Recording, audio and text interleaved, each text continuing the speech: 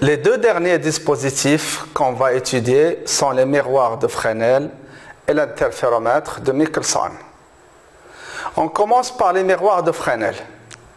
Le dispositif contient une source S, un laser hélium-néon par exemple, qui éclaire deux miroirs plans qui font entre eux un angle alpha faible.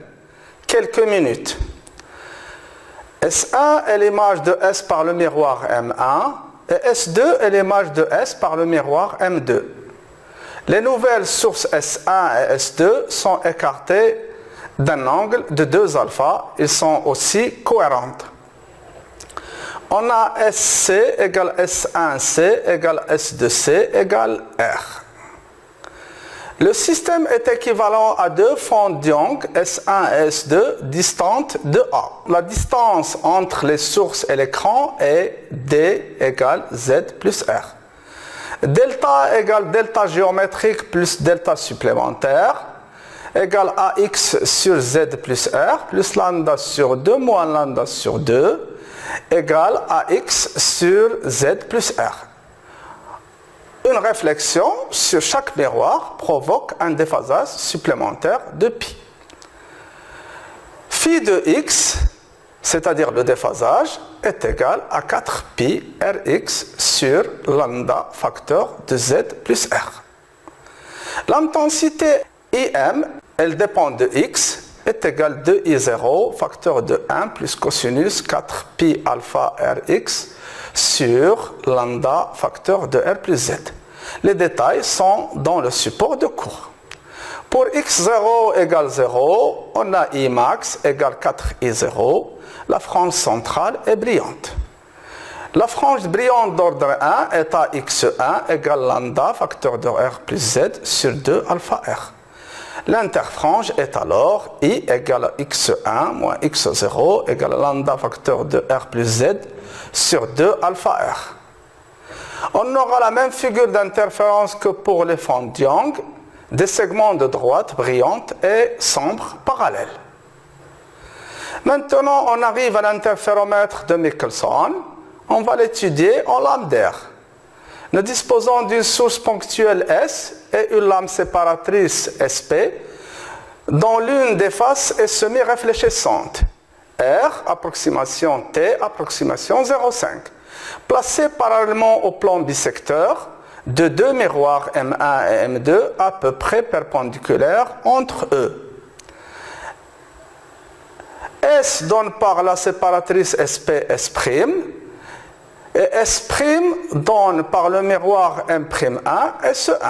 M1 par la séparatrice SP donne M'1 et S' par M2 donne S2. On a alors deux sources S1 et S2. Le faisceau incident se divise en deux faisceaux.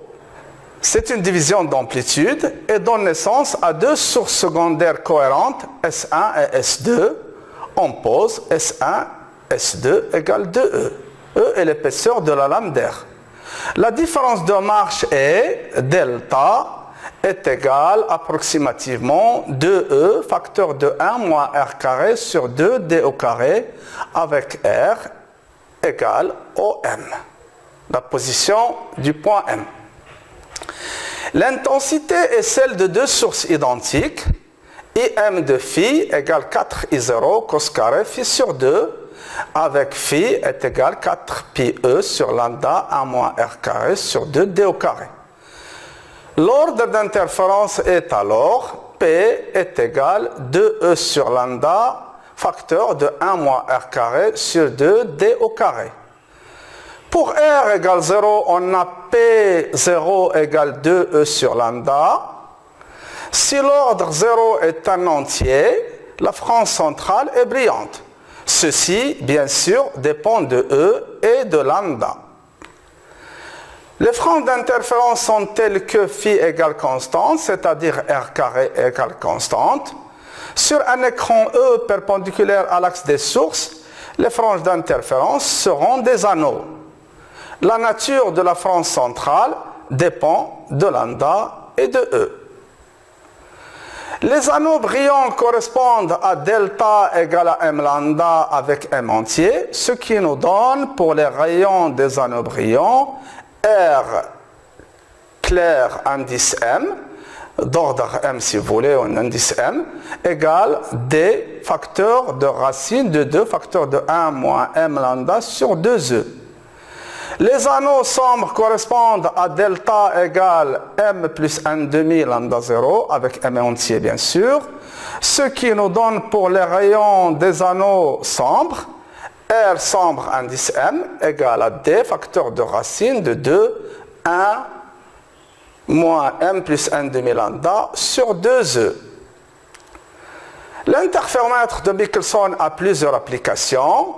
Par exemple, il permet de mesurer des distances avec précision et il permet aussi de mesurer des longueurs d'onde de différentes sources lumineuses.